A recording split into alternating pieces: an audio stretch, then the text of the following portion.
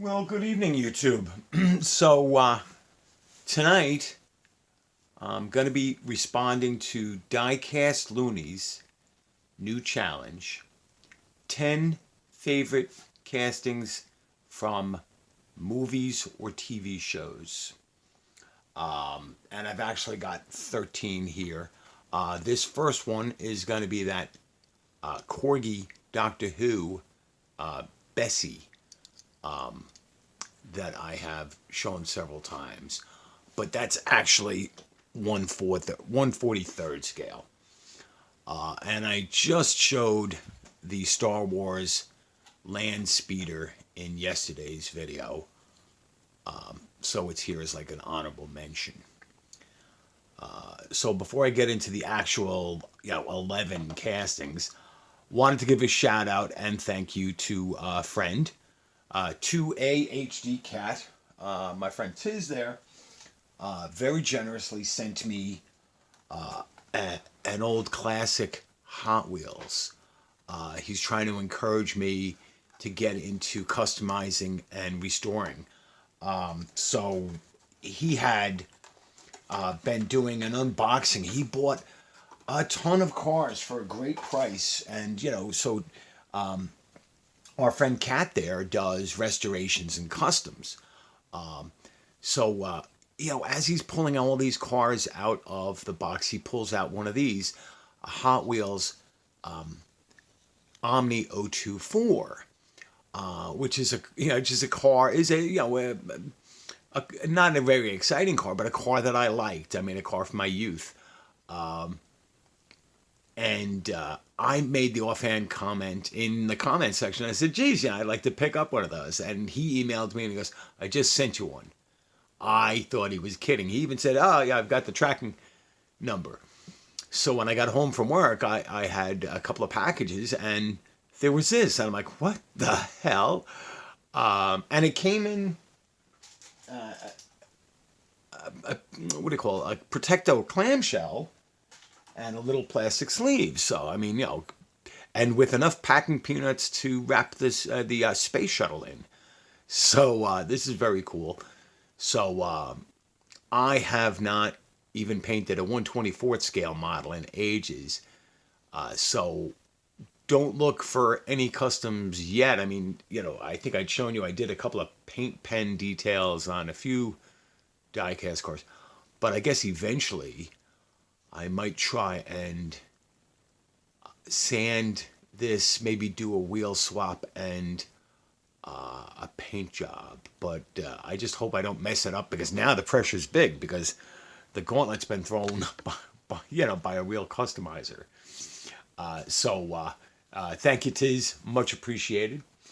I will put a link to his channel down below.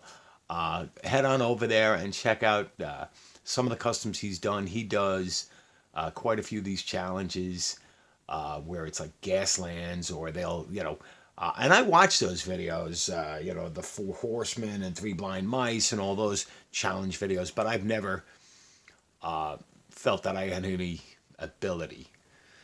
So with that done, let's get into the movie TV. And so we're going to start off with TV. So there's this green light Mustang 2 Cobra 2 that is from Charlie's Angels, the original TV show. I believe the Cobra was Farrah Fawcett's car, the pretty blonde. And then there was another Mustang 2 Ghia that was Jacqueline Smith. And then Kate Jackson drove a Pinto, and Bosley drove either a Thunderbird or an LTD. It wasn't always the same. And of course, I love Mustang 2s. So this is a pretty cool car. I got this green light in a Hollywood 10 pack, which actually a few of these cars came from. So from TV, oh no, I'm sorry, this did not come in the Hollywood 10 pack. Some of the others did, this did not. So that's pretty cool. And I know that Quirky Garage, like myself, prefers the Mustang 2 because it's a quirky car. Next up is just a very simple mainline classic Batman, classic TV Batman, Batmobile. And, who doesn't love the Batmobile? I know there's a different Batmobile for every movie and so forth, but my simple mind, there's no Batmobile but this one. George Barris took a 1959 Lincoln Futura concept car and modified it into the Batmobile for the NBC TV show. So, now, next one up is a green light, I believe 1973 Volkswagen Beetle. Doesn't say the name here, but I'm gonna guess from the graphics there, or maybe not. Let's see. But it's a late 60s or early 1970s Volkswagen Beetle, and this is from the Kevin Bacon movie Footloose. Where him and his mom moved to this little town, and there are town ordinances against music and dancing, and he's the rebel, and he goes to the barn in his little VW, and dances on the haylofts and all that. I guess, I want to say it was a crappy movie, but it wasn't. It was cool. We all liked it back then. I'm just sort of embarrassed that I liked it now. I like the Beetle more than I like the movie. And another green light. This is from a movie Real Tin. This is the hero car, or the star of the show for me. This is from the TV show Supernatural, where the two brothers go around fighting demons and vampires and so forth. So this is the 1967 Chevrolet Impala sports sedan. And what makes it a sports sedan is that there are no pillars around the windows on the doors. So the basic sedan had framed windows, and this would have been the next level up. And this one is the dirty version. That's why, I didn't spill my coffee on this. This is the way it came, with all the mud splatters. And it should have Kansas plates, although I think they look like Ohio. But I always thought in the TV show, well, maybe it's other cars in the TV show had Ohio, Kansas plates. And so this is a nice piece, heavy and quality. So that was the yellow one. The Beetle is from a Hollywood 10-pack. This is from the movie Real Tin. This is the 1981, I believe. 1980 Pontiac Firebird. This is the turbocharged Firebird. You can see right there. From Smokey and the Bandit 2, Burt Reynolds. And again, this is the dirty version. Looks like him and Frog just came out of a mud pit. And this is a nice casting, nice details. So this 1980 Trans Am with the small block with the turbo on it, and the 1980-81 nose, which was sort of divisive at the time. I always preferred the 77 to 79 nose better, but this is almost as iconic. So this is from the second Smokey and the Bandit film.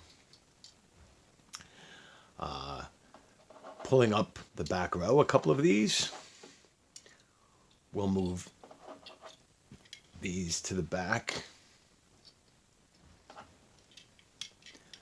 So another one from the Hollywood 10 car pack that I have here is from a movie from the mid-'80s called Fright Night, that was later remade. But this was the young man who was the hero of the movie, Charlie. This was his 65 Mustang that he was in the process of fixing up, restoring, when the vampire moved in next door and kidnapped his girlfriend, and him and Roddy McDowall, who was the late night horror movie host, they had to save the girlfriend and battle the vampires. Fright Night. And this is a pretty good. The primer may be a little overdone, but then again, if you watch the movie, the car did have a lot of rust spots and a lot of primer on it. And Greenlight did a nice job with this casting. You know, nice rims, factory rally rims, opening hood, detailed engine. So that's pretty cool. The majority of these, you'll notice, are Greenlight, but not all of them. So this next one, actually, I think Diecast Loonie himself showed this. So this is the 1969 Boss 429 Mustang from the John Wick movie with these beautiful Magnum 500 wheels, appropriate stripes. See, Boss 429, opening hood, nicely detailed. Painted light details. That should be a New Jersey license plate. I remember the movie well. In that movie, John Wick plays a retired assassin for the secretive organization, and after his wife dies, the same weekend of the funeral, I believe, some young punks steal his car and kill his dog, and then all hell breaks loose. So you'll see there's a lot of Mustangs, obviously. So this one can stand in for two. So this is the Greenlight Gas Monkey Garage. It's 1968 Shelby Gt500 Kr. And you'll see that, you know, it's got the spare tire mounted on the back, and it's got the Lucas fog lights there in the grill. This one has lensed headlight, lensed taillight, not just an opening hood, but actually opening doors. And this one has oversized mirrors, a mirror, and so although it's a Greenlight officially, I believe, and I don't think I'm the only one that believes this, that this was originally a Shelby American casting. Shelby American Collectibles, I should say. Because the doors open and because of the inserted details. These very accurate American Racing torque thrust wheels. So this was from the TV show Gas Monkey Garage, but also in the remake of the Thomas Crown Affair with Pierce Brosnan. It was only in the movie for a short period of time, near the end, when Pierce Brosnan drove away with his love interest, and so that is just a very cool car. We're going to get a little deja vu here in a second. So from the movie Bullitt, 1968, with Steve McQueen, we have this Charger 500 that the bad guys drove in the film. Yeah. Get that hood open. Nice. Nice details. The appropriate plate number from the movie. Again, it's got some nice Magnum 500 wheels. Funny enough, I just realized that in the movie, it didn't have these wheels. It had wheel covers because one of them came off in the chase. And that tire looks a little bit off there. But okay, well, this is a trailer queen. It's not going anywhere. So this is a very nice model, the Charger 500 from Bullitt. And of course, if you have the Charger 500, you have to have the 1968 Mustang GT 390. And again, this is the Greenlight version, 1968 Ford Mustang GT Bullitt in the hunter green. Look at these wheels. Again, the proper American Racing Torque Thrust D in the argent color with the chrome ring.